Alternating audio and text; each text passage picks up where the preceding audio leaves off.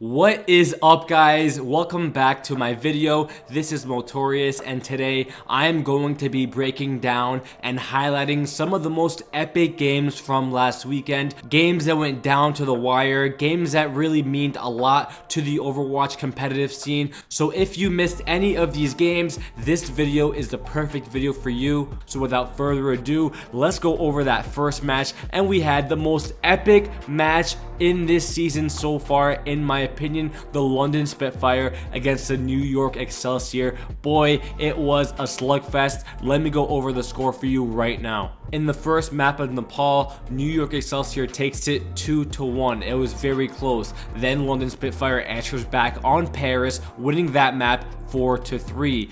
Coming right after halftime, we had Eichenwald. The New York Excelsior wins that 3-2. And on Dorado, the London Spitfire takes that 5-4. So right now we have a 2-2 series. Going to the last map, we had Ilios, and it went to the last fight on each map in Ilios, 99-99. Who won? And the New York Excelsior won it 2-0, making the overall score of the series 3-2 in overtime in the favor of the New York Excelsior. This was one of the closest series in the Overwatch League this season. The London Spitfire came out swinging, but New York Excelsior just played a little bit better. This was a match that we've all been waiting for since season 1. We thought that this would be the season 1 finals of the Overwatch League, but then the Philadelphia Fusion toppled the New York Excelsior, so it was great to see these teams going at it. This Overwatch League match was so refreshing to see. We saw so many different DPS heroes astray away from the 3-3 Ghost Comp meta, and we had heroes like Widow, Sombra, Pharah, Mercy, Roadhog, Hanzo, McCree, Tracer, Wrecking Ball.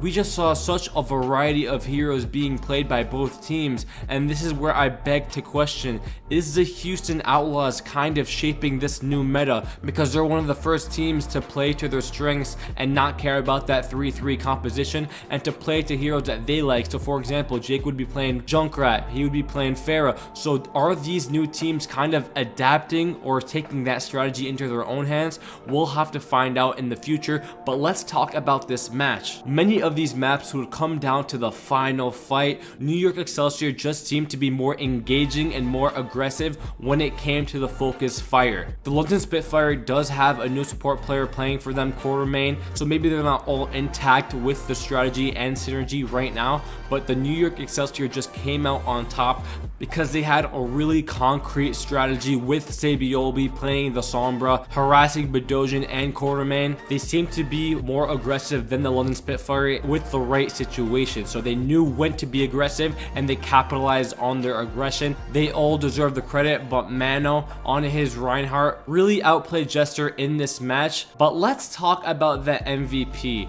Who was the player of the match for the New York Excelsior? Who stepped up to the plate when things were getting close? And we had Nene. This guy was so flexible. He's such a good hit scan player, and he shined on Zarya. But before I go over his Zarya stats, I just wanted to let you guys know that he was playing McCree, he was playing Widow, so he was really stepping up into this hit scan role, and he really embodied it. Now let's talk about his Zarya stats in this match. He had 28,000 hero damage, 27 final blows, 50% average energy, but this is where he shined. 21 Graviton Surge kills and 76 eliminations. Nene played awesome in this match, and he deserves to be the MVP, but everybody on New York Excelsior played amazing, because when things get close in esports, every single player has to step up. You cannot be the weak link, because if you are, you could be the reason that your team loses, because they need that extra push to become successful, and that's what happened with the New York Excelsior. They all stepped up. That's the series. The New York Excelsior beat the London Spitfire in overtime 3-2. The next series of the day, we had the San Francisco Shock against the Florida Mayhem. The San Francisco Shock have been on a tear lately. Are they still the #1 team in the world? That's a question that's going to be answered at the end of this stage, but let's go over the series and see how Florida Mayhem tried try to take down one of the best teams in the Overwatch League. The first map was played on Nepal. The Shock wins it 2-0. On Volskaya Industries, the second map, this was a lot closer and the Shock barely wins it 3-2. And then on Nubani, coming out of halftime, it went to overtime on that map, but the Shock pulled out the win on that map 5-4. And on the last map, Watchpoint Gibraltar, the Shock cleans out the Florida Mayhem 3-0, making the overall score of the series 4-0. However, the Shock didn't really dominate the entire series. They dominated the first map, they dominated the last map, but the two maps in between both went to OT. So props to Florida Mayhem for not really being the best team out there. They are struggling as a team to kind of find their rhythm, but they played really good against the San Francisco Shock, an established elite team. The San Francisco Shock just continued with this patient, dragging out the fight strategy to build their ult. But let's talk about this, which nobody's really talking about. I believe that they are one of the best teams to win fights without their ultimates. I don't know how they do it, but they are just so good at winning team fights and having no ultimates. So if you are the opposing team and you're engaging with the ultimate advantage, you still might lose because the San Francisco Shock are just insanely mechanically skilled. That's why so many teams fall into the hands of the Shock. They are scared to engage, and when they do engage, it's too late because the Shock build up their ultimates by dragging out the fight. Now, who stepped up for the Shock? Who was the player of the match? And it was their diva player, Choi Hoban, and he played absolutely amazing. 25,000 damage done, 33 final blows, 32 objective kills, but 9 self-destruct kills. These self-destruct kills really turn the tide in favor of the Shock by getting these individual picks, and once you get that pick, you really win the team fight, and he did that for the Shock. And then he also had 97 eliminations on Diva throughout the entire match. So great job by him, and great job by the San Francisco Shock winning it against the Florida Mayhem 4-0. Now, the next match from last weekend I want to go over was the Shanghai Dragons against the LA Gladiators, and I am going to tell you why I chose this match. But first, let me go over the map scores. On the first map, Oasis, the LA Gladiators strike first blood against the Shanghai Dragons, taking that map 2-0. On Volskaya Industries, we had a very close 2CP match and went to overtime. The Shanghai Dragons win it very closely 4-3. On Eichenwald, we had another close match. The Shanghai Dragons take it 3-2, and to equalize the series, the LA Gladiators had to win the last map on Dorado, but the Shanghai Dragons take it 1-0, having the ultimate defense and taking the entire series 3-1. Now, Shanghai never been really an elite team, but the LA Gladiators have a rich history in the Overwatch League, setting themselves up being one of the best teams in the league, top 5, top 7 right now, but in the past they've been top 5, they've even been top 3, so they've been really established as a top team. Well, now the Shanghai Dragons absolutely destroyed them using their crazy DPS comp, and this is how the wind is blowing. This is the new meta. Triple DPS, Gold's comp with the Sombra, and guess what? We've been talking about Sombra. I've been talking about this kid for so long. The Sombra of the Shanghai Dragons, ding. His Sombra is the best Sombra in the league. I've been saying this since day one. Go look at all of my ESTNN videos regarding the Shanghai Dragons.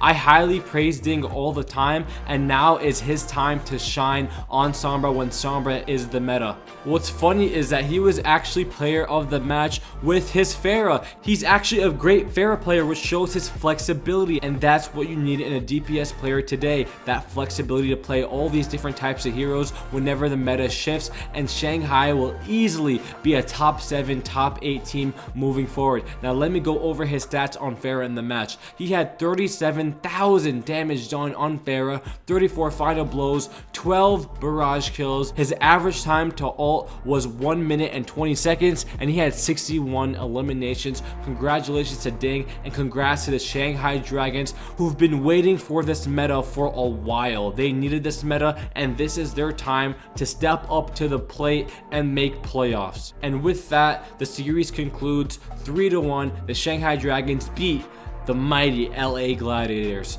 In the second to last match I'm going to be highlighting, I have to talk about the Houston Outlaws against the Florida Mayhem. The Florida Mayhem has been one of the worst teams in the Overwatch League right now, with only one win under their belt. The Houston Outlaws have been on a crazy win streak, beating teams like the San Francisco Shock, so they are really hot right now. So what happened in this match?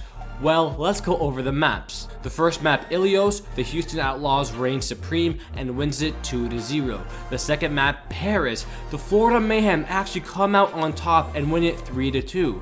On Hollywood, Florida Mayhem wins it 3-2. And on the last map, Watchpoint Gibraltar, the Florida Mayhem takes it 3-2, making the overall score of the series 3-1 in favor of the Florida Mayhem. This was one of the biggest upsets in the Overwatch League this week because the Houston Outlaws were very hot, they were very confident, and the Florida Mayhem were just not looking too good. However, the Florida Mayhem came out on top and got 3 maps and only giving up 1 map to the Houston Outlaws. The player of the match for the Florida Mayhem was Hagopun. He was playing Ana, Zenyatta, Roadhog. He really went off, but as Ana, his stats were this. He had 10,000 damage done on Ana, 26,000 healing, 9 final blows, 19 enemies slept, and 25 biotic grenade kills. This guy played an aggressive Ana, and he took matters into his own hands.